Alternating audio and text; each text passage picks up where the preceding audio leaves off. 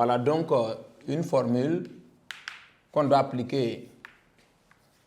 Voilà, ça donne UAB sur I qui est égal à U1 sur I qui est égal à U2 sur I qui est égal à quoi? UG sur I. Maintenant, UG là, même s'il n'y a pas le G, si on dit U seulement, grand U c'est aux bornes du générateur. Puisque si c'est aux bornes d'une résistance, on va préciser l'indice. Est-ce que c'est aux bornes de R1 ou bien R2? Voilà, mais si vous voyez le U seulement, même si il n'y a pas le G, ça veut dire que ça ne doit pas vous déranger. Voilà, donc voici une formule que vous devez appliquer. Voilà, si on vous demande de calculer la résistance équivalente aux bornes de deux résistances, si on dit aux bornes de R1 et R2, posez-vous la question, ces deux résistances-là sont montées comment? En série ou c'est en dérivation? Si c'est en série, on prend les deux et puis on fait la somme. Maintenant, si c'est monté en dérivation, non, ça veut dire que la valeur de R1 et puis la valeur de R2, ça veut dire que ça ne sert pas pour pouvoir calculer ce qu'on appelle la résistance équivalente. Il faut connaître ce qu'on appelle la tension aux bornes de l'ensemble et puis l'intensité traversant les deux branches qui représente ce qu'on appelle l'intensité principale. Voilà, donc voici une formule que vous devez retenir pour toujours. Maintenant, on va profiter en même temps, faire une remarque. Voilà, la remarque ici, c'est quoi?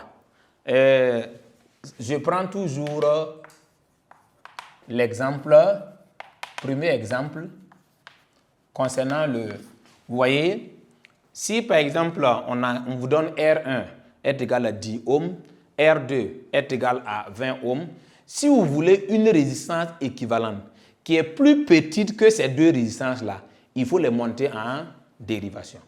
Voilà, donc ça veut dire quoi? Si par exemple, on vous donne par exemple R1 est égal à 10 ohms et R2 est égal à 20 ohms, si on vous donne la tension aux bornes de l'ensemble et puis l'intensité principale, et puis on vous demande de calculer la résistance équivalente, si vous calculez la résistance équivalente pour savoir si c'est juste là, si les deux résistances là sont montées en dérivation, pour savoir si c'est juste, au cas où si on vous donne ça, si on vous donne ça, et puis on vous donne la tension aux bornes de l'ensemble, et puis l'intensité traversant les deux branches. Si vous appliquez cette formule, vous allez constater que la résistance équivalente que vous allez trouver là, ça doit être plus petit que combien? 10. C'est ce que ça veut dire.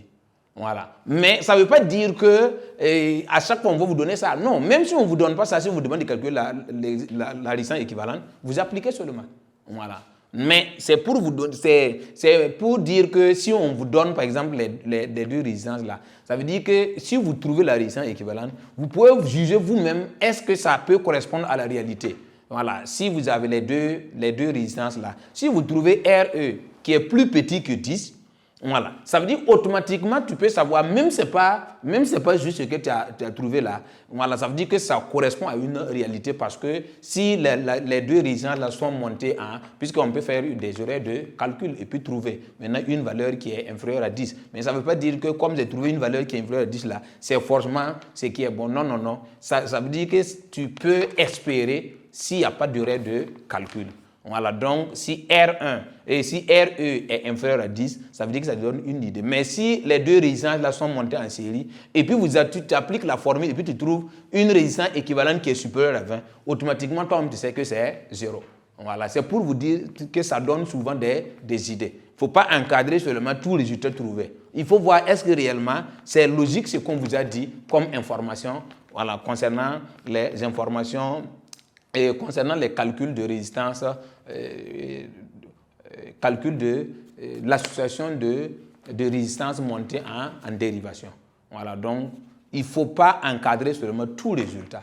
À chaque fois, il faut vérifier, voir est-ce que les informations qu'on vous a données là, par rapport à ce que j'ai eu là, est-ce que ça tend vers le résultat. C'est ça qui est important. Voilà, il ne faut pas bosser par cœur. Voilà, donc en remarque, qu'est-ce qu'on peut dire? On peut noter ça. Pour obtenir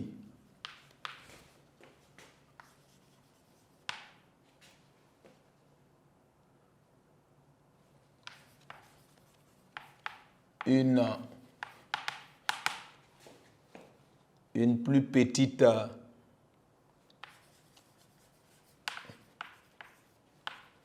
résistance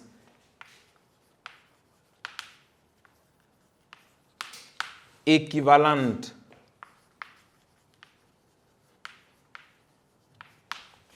par rapport à R1 et R2, on les monte en dérivation.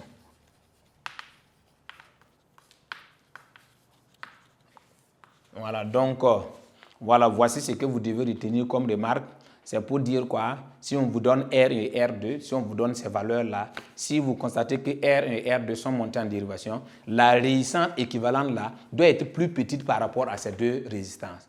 Voilà, ce sont des informations que vous pouvez garder. Voilà, ça peut vous aider. Voilà, donc, en grand 3, nous allons voir ce qu'on appelle l'association de conducteurs ohmiques dans un montage mixte. Voilà, donc on va réaliser un montage mixte. Si le montage là c'est un montage mixte, comment on peut calculer la résistance équivalente? Voilà, c'est ça en réalité ce que vous devez retenir.